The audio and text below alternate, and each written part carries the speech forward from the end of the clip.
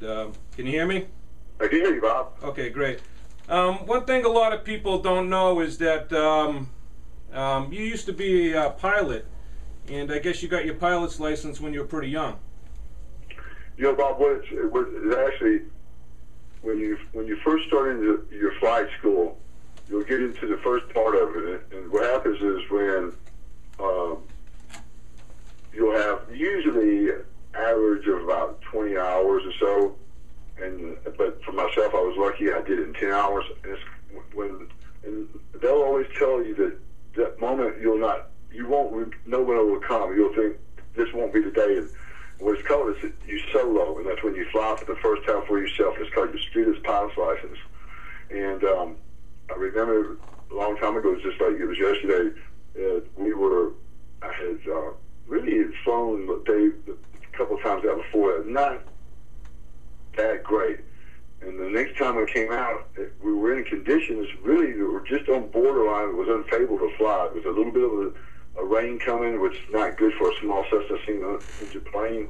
And I had a little bit of a crosswind. A 20-mile-an-hour crosswind is almost over the limit what a plane like that would take. We were right on the verge of it.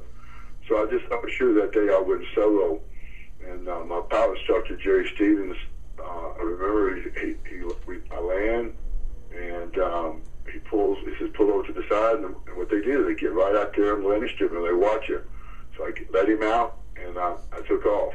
And I remember the last call letters of the airplane was 68 Foxtrot. And what it was, I was so nervous, just like I couldn't get it out.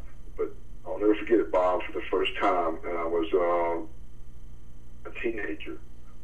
Yeah. I flew one Cessna 72 for the first time by myself, and then to me that was probably the greatest accomplishment of my whole life.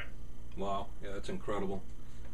I tell you, I don't know if I'd have the guts to do it. It's just the heights gets to me a little. Well, the thing is, Bob, is things like that, and I'm not trying to sound like make this look or sound cocky or anything, but when it is. Not very many people can do it, Bob, and so when I did it, and I was up there, you'll know that people can do this because it's really hard because there's 19 things at one time to take off and land an airplane. And what it does, when you're up there by yourself in an airplane, 2,000 feet looking down, at that moment you are above everyone because you're doing something that everybody wants to try. And of course, my father was a pilot, and it just I always myself, Bob, wanted to be an acrobatic airline or do stunt flying and stuff like that. Wow, wow. Now, did you ever work doing anything with your pilot's license? No, Bob, I was only a teenager when I soloed.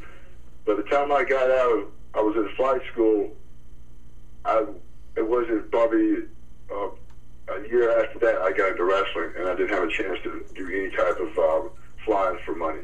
And I never had a chance to even fly again on my own because after 6 like 1 year of not flying or being what's called checked out, Bob, even if you're a pilot of a Boeing 747, if you haven't ever been, say, every airline that aircraft that you get in, Bob, you have to have been checked out and okay by the Federal Aviation.